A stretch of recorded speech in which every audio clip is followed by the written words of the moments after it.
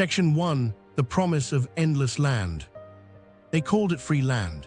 In 1862, the Homestead Act promised 160 acres to anyone willing to claim it, build a home, and work the soil for 5 years.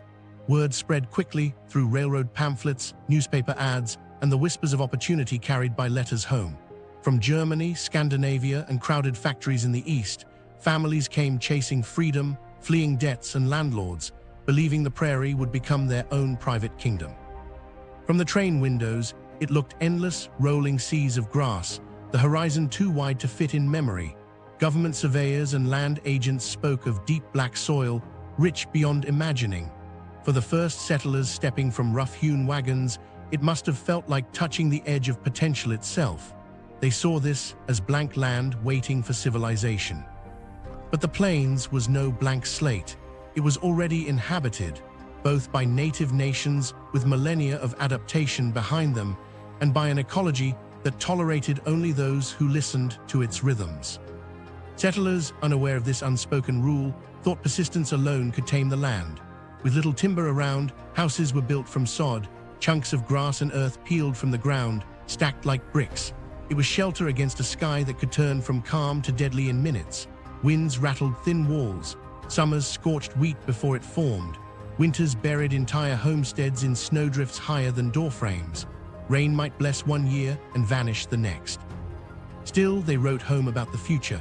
One farmer in Kansas described a country needing nothing but hands. What he didn't write was how his wife sat inside their earthen house for days, her world narrowed to the sound of the wind. Loneliness wore people down as much as drought or blizzard. There were no forests to muffle the air, no neighbors close enough to break the silence. The horizon that promised freedom soon became a reminder of isolation. Railroads carved grids across the plains, promising connection to markets and towns. Each line gave birth to communities dotted every few miles, grain elevators, general stores, and hopes that trains would always stop there. For a moment, optimism ruled. Yet the optimism existed largely because most settlers hadn't experienced a dry year yet. They believed rainfall would follow the plow, that cultivation itself could change the climate. It was an illusion, but one powerful enough to fill the landscape with fragile towns and fragile dreams. In their letters, settlers often compared the plains to oceans. The grass waved like waves, the wind hummed but offered no rest. They tried to plant trees as windbreaks, but the seedlings withered under sun and dust. Fields stretched outward into limits they didn't yet recognize. Survival demanded adaptation. They saved rainwater in barrels, shared tools, and learned to preserve food through the long winters. Some made it work, at least for a while. But others simply vanished, their claims reclaimed by grass and sky. Government policy encouraged belief. Politicians needed the plains to be fertile, rail companies needed it to be filled. Brochures portrayed prosperous farms and cooperative sunlight, but behind that imagery were failed crop seasons, mortgages unpaid, and families quietly packing their belongings onto wagons heading east. For every success story of endurance and wealth, there were 10 stories of exhaustion. Native peoples saw this transformation with quiet clarity. For centuries, they lived within the climate's extremes by moving with the seasons, by hunting, trading, and adapting. Settlers arrived with a vision of control, not coexistence. They plowed under the prairie's deep-rooted grasses, unaware those roots held the soil during droughts. When rain ceased and winds rose, there would be no defenses left, but that lesson was still decades away. For now, newcomers believed they had won. And yet, even amid hardship, small joys defined life. A neighbor's rare visit, a letter from back home, a harvest dance when weather allowed. Faith and endurance became currency. Churches doubled as schools and meeting halls. Marriage rates soared, birth rates even more. Every child born on the plains was proof the dream continued. But by the century's end, many realized the promise came with a price the brochures never mentioned: endless labor for uncertain reward. Some who stayed learned to read the land differently. They rotated crops, stored grain, shared wells, and treated rain like treasure. Those who refused adaptation left ruins behind: a broken plow, a collapsed sod house, fragments of pottery found decades later merging back into soil. The Great Plains absorbed its failures swiftly. The grass returned, erasing evidence faster than memory. The settlers had thought they'd found eternity. What they found instead was fragility wearing the mask of abundance. The horizon still looked infinite, but its generosity had limits. Success was possible, sure, but it rested on ground that was far less stable than it seemed. The people who stayed were the ones who understood that survival out here wasn't about conquering the land. It was about listening to it. By the dawn of the 20th century, enough families had endured to call the experiment a success. Towns dotted the prairie, rail lines shimmered in heat, and the phrase "breadbasket of the world" began to appear in newspapers. But beneath that triumph, the pattern was already set. Prosperity born from exhaustion, abundance masking vulnerability. The system worked for a while, but it was built on fragile ground, and soon the sky itself would turn against them. Section 2. The Boom of Abundance. The sound of progress on the Great Plains used to be metallic, steel plows slicing through prairie sod, steam engines howling across flat horizons, grain elevators clanking to life before sunrise. After the hardships of homesteading, this noise meant triumph. By the early 190s, something remarkable was happening. The Great Plains had become the productive heart of America. The same land that once tested endurance now seemed tamed by machinery and optimism. The agricultural revolution reached the prairie like a fever. Cheap steel and the invention of the tractor allowed farmers to cultivate more acres than ever before. The railroads, radiating out like veins across the continent, gave isolated communities a lifeline to national markets. Elevators rose beside railroad tracks, towering over young towns that formed in the gaps between lines, each 10 miles apart, so the next shipping point was always within a day's wagon ride. Suddenly, those towns pulsed with energy. General stores sold flour milled from local wheat. Banks opened, schools filled, churches sprouted on every horizon. Small grain elevators became landmarks for approaching travelers, the only vertical break in an ocean of grass. The Midwest's advance guard declared victory over the wilderness. For the people who had endured the first decades of disappointment, this was vindication. New towns in Kansas, Nebraska, and the Dakotas placed bets on prosperity by erecting ornate courthouses and wide brick main streets. Train depots hummed with optimism. In the evenings, you could hear fiddles at community dances and see lanterns swinging outside barns during harvest parties. This was no longer frontier, it was a civilization in full bloom. World War I supercharged the momentum. As Europe's fields turned into battlefields, America's breadbasket became indispensable. Wheat prices tripled, every acre plowed seemed patriotic. Farmers answered the call by breaking even more prairie. Tractors roared where bison had grazed just decades earlier. For the first time, success felt guaranteed. But abundance has a strange way of masking danger. The new wealth built elegant homes, but not resilience. During wet years, yields soared, reinforcing faith in technology and endless productivity. The banks encouraged expansion with easy credit. Communities expanded schools, water towers, and telephone lines, assuming the boom would last forever. The social fabric tied these scattered places together. Even in isolation, people found comfort through connection. County fairs became civic holidays, part harvest competition, part reunion. Small-town newspapers chronicled births, barn dances, and rainfall. Baseball teams formed where grass was short enough to play. Church picnics served as social currency. Girls rolled up their sleeves to serve pie. Boys leaned against fence rails, bragging about combines.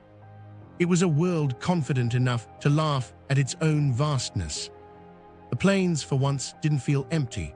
From the northern counties of Montana to the Red River Valley, population density peaked. Families had children by the dozens to help with labor. A farmer might know every face within a 10-mile radius. Trains brought mail, news, and travelers. Silk dresses from Chicago appeared in shop windows in tiny towns that had existed for barely a decade. Hope was tangible. You could hold it in a seed sack or see it reflected in a banker's grin. Meanwhile, ranchers adapted their own rhythm of modernity. Wire fencing and windmills allowed cattle to range farther, and refrigerated railcars let beef travel east without spoiling. Packing houses thrived in Kansas City and Omaha. Grain brokers made fortunes predicting rainfall. The Great Plains was no longer just a margin of the map. It sat at the center of global food supply. Yet even as the region thrived, the warning signs were embedding themselves in the soil. Overcultivation had stripped away the prairie's deep-rooted grasses. Mechanized plows left earth loose and exposed. But in a decade of good rain, no one noticed. A farmer with a shiny new combine wasn't thinking about erosion. He was calculating how many more bushels he could produce next season. If there was one word to define this era, it was faith. Faith in expansion, in technology, and in land that seemed endlessly forgiving. Every ribbon of track laid down, every silo that touched the clouds, seemed to confirm that humankind could bend geography to willpower. The human cost of ambition stayed hidden behind the spectacle of success. Working dawn to dusk became normal. Families mortgaged their future for new machinery, believing more steel meant more security. For women, isolation intensified. Even as communities grew, roles remained confined. Letters reveal subtle exhaustion, pride tangled with burnout, religious hope intertwined with the quiet dread of debt. But no one dared voice doubt. The plains had to work. It wasn't just farmland anymore, it was a national symbol, proof that grit could turn grass into gold. The county seats acted like capitals of this new empire of wheat. Grain elevators wore the logos of powerful cooperatives, Central Grain, Farmers Union, Great Plains Milling. Trucks lined up for miles during harvest. Kids skipped school to help shovel wheat. Life revolved around yield reports and rainfall predictions. In that golden window between 191 and 1929, it all seemed permanent. Per capita incomes in some farming counties rivaled industrial cities. Banks sponsored theaters, schools produced orchestras. When visitors arrived from the east, they marveled at the energy of these small towns, how houses, churches, and depots seemed to rise from the soil itself. They left convinced the plains had finally found its identity. But beneath the pride lay fragility. Every success deepened dependence on one narrow source of wealth, the land. When crop prices began to waver after the war, so did certainty. The same trains carrying full grain cars also carried rumors about market drops, dust storms in Oklahoma, and fields turning gray where green once ruled. Farmers believed these were only temporary setbacks. They weren't. What nobody yet understood was that the soil itself was changing. Every year, plows dug deeper, breaking the natural armor that had kept this land alive for millennia. The roots that once held moisture like a sponge were gone. Still, life went on as if abundance were invincible. New post offices opened, electricity spread, and radio signals carried national news into prairie kitchens. The people felt connected to the nation's rhythm, unaware that connection worked both ways. When markets crashed, the shock would travel back faster than the wind. By the late 192s, optimism began to thin. Crops failed in patches, winds blew stronger, and debts grew heavier. Some bankers quietly withdrew credit. Others doubled down, gambling that the next harvest would erase the risk. In farmhouses from Texas to North Dakota, neighbors reassured one another that the rains would return. They didn't. Within a few short years, everything the Great Plains had built, its towns, its confidence, its sense of permanence, would confront an enemy older and stronger than any machine: the wind. The same horizon that had once promised endless opportunity would soon turn black with dust, erasing roads, choking livestock, and driving families to abandon the very land that had defined them. The age of abundance was ending, and what came next would prove how thin the line really was between prosperity and collapse. Section 3: War with the Wind, the Dust Bowl. The wind came first, then the color changed. By 1932, farmers in western Kansas and Oklahoma began to notice the sky turning brown on clear afternoons. The air felt heavy, like breathing through wool. Dust gathered on windowsills, seeped through cracks in barn doors, and settled on dinner tables before families could lift their forks.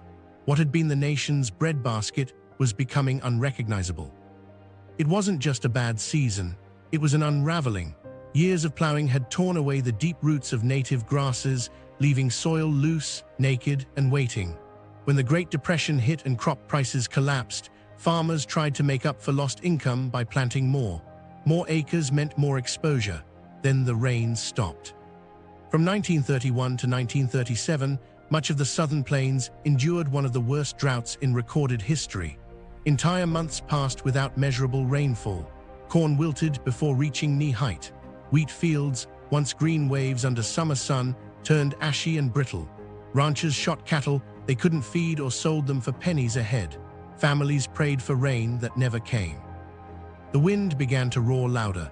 It stripped the lifeless soil and carried it across counties, states, sometimes all the way to the Atlantic. In May 1934, a single storm dumped an estimated 350 million tons of topsoil across the eastern United States. Dust reached the White House and drifted onto ships docked in New York Harbor. On the plains, noon could turn to night in minutes. Farmers called them black blizzards. Some storms stretched hundreds of miles wide. People tied ropes between their houses and barns so they wouldn't lose their way in the dark. Dust settled in lungs, causing what doctors began calling dust pneumonia. Children coughed up black phlegm. Chickens suffocated in their coops. A single spark could ignite the dry earth like tinder. Inside the small frame houses, families worked out survival routines. Wet sheets hung over doors. Dishes were stacked upside down.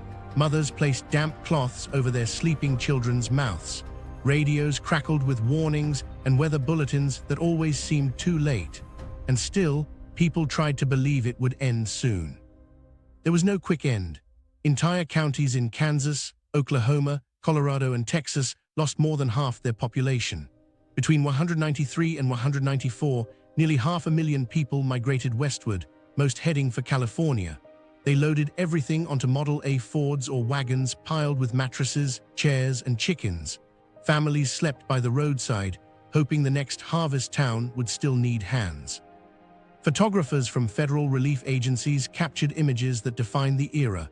A woman shielding her children's faces as the dust swirled. A line of cars stranded under a sky gone black. Men's hats crusted with dirt from their own fields. To the rest of America, these images looked like proof that civilization was cracking. Out on the plains, it just looked like Tuesday. The tragedy wasn't only physical, it was emotional. This was land people had believed in, prayed over, and built identities upon. Abandoning it felt like failure. Many resisted until there was nothing left to resist. In one diary from eastern Colorado, a farmer wrote, "We've been fighting the wind for months. It wins every time." The migrants who fled became known as Okies, though many came from Kansas, Texas, or even Nebraska. In California, they found suspicion instead of welcome. Locals saw them as competitors, not survivors. Camped in irrigation ditches or on the edges of orchards, they picked fruit for wages barely enough to eat. They were exiles from the idea of self-reliance, the very dream that had drawn their grandparents west. Back on the plains, those who stayed faced surreal isolation. With neighbors gone and farms abandoned, silence replaced community. Foreclosure sales became social events, grim and necessary. Auction blocks were set up beside county offices. Entire farms sold for the price of a used car. Some owners stayed to work their own land as tenants under banks they'd once borrowed from. Then came April 14, 1935, Palm Sunday. The day would be remembered as Black Sunday, the climax of the Dust Bowl era. Morning began calm, almost gentle. Families left windows open to let in rare cool air. Children played outside. By afternoon, the western horizon turned copper-red. A wall of dust half a mile high rolled toward them at 60 miles per hour. People ran for their homes, sealed windows with rags, and crouched in darkness as static electricity snapped through the storm. When the sky cleared hours later, topsoil inches thick covered kitchens and beds. It was as if the earth itself had shifted indoors. The government couldn't ignore it anymore. President Roosevelt sent advisors and agronomists to the region. What they saw looked apocalyptic: fences buried, towns half hidden under dunes, cattle skeletons scattered in dry creek beds. Out of desperation came innovation. The Soil Conservation Service was founded in 1935, launching the first major federal campaign to remake agricultural practice. Contour plowing, strip cropping, and windbreak planting became official policy. Farmers learned to seed clover and wheatgrass to anchor soil, to let fields rest between harvests. The Civilian Conservation Corps planted over 200 million trees across the plains, what became known as the Great Plains Shelter Belt, a living wall stretching from North Dakota to Texas. Change came slowly, but it came. By 1938, rainfall returned to parts of Kansas and the Dakotas. Farmers who had adjusted their methods saw their soil stay put. Yet not everyone recovered. Some counties never regained their pre-depression populations. Towns bypassed by new highways remained ghostly, their schools and churches left to the wind. Even after nature eased its grip, the cultural scar remained.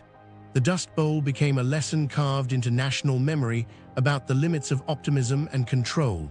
The very technology that had symbolized progress, tractors, steel plows, mechanical drills, had also helped destroy the ecosystem they depended upon. The survivors never forgot. They spoke of the wind like an old adversary. Some refused to sell their land, swearing to die where their parents had failed. Others taught their children to respect the rules of dryland farming. Don't plow too deep, don't trust the rain. The sensibility of caution replaced the exuberance of earlier generations. By the dawn of World War II, tractors hummed again, but with restraint. The land looked healed from a distance, yet everyone knew the recovery was conditional. The Great Plains couldn't be conquered, only borrowed from each harvest a temporary truce. That truth lingered in the memories of those who rebuilt. The feeling of sealing windows against a dark noon, the ache of leaving friends behind, the taste of grit in bread.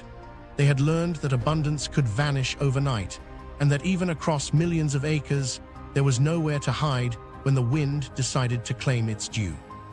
And though conservation brought stability, it also revealed another truth. Any system that required constant vigilance wasn't truly secure. The Dust Bowl ended only because nature allowed it to. Humanity had survived, but not triumphed.